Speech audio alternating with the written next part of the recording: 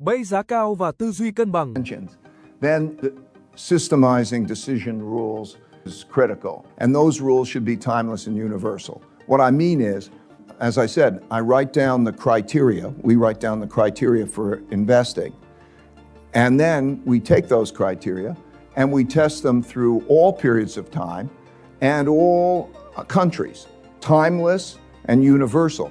Because if something happened in one time and your process is not working in that time, then it must be that you haven't explained the differences. And so by forcing ourselves to try to make those rules timeless and universal, it then becomes the standard that we operate by. So all of the rules that we're operating by are timeless and universal. What you can see is that all of the asset classes have some times that are good, sometimes that are bad. On average, they're above zero, but they all have periods of down. And inevitably, what happens is that investors, most investors, love the asset classes that did well. The biggest mistakes of most investors is that they think that the investment that did well is a good investment rather than it's a more expensive investment.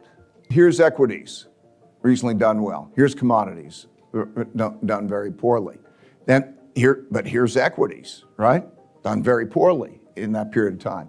So the key, as Hashim was saying, is balance. So you can break the drivers of asset class returns into a few categories. This is true for any asset class, and it's true for all asset classes.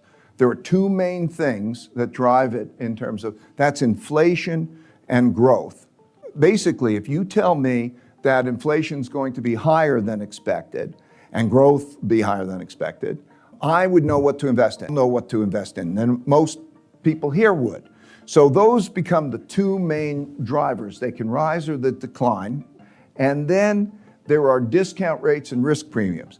Discount rates mean, as I told you, the interest rate affects all asset classes because the interest rate is the discount rate that you use to compare the cash flow. So you raise the interest rate, and that's negative for all asset classes.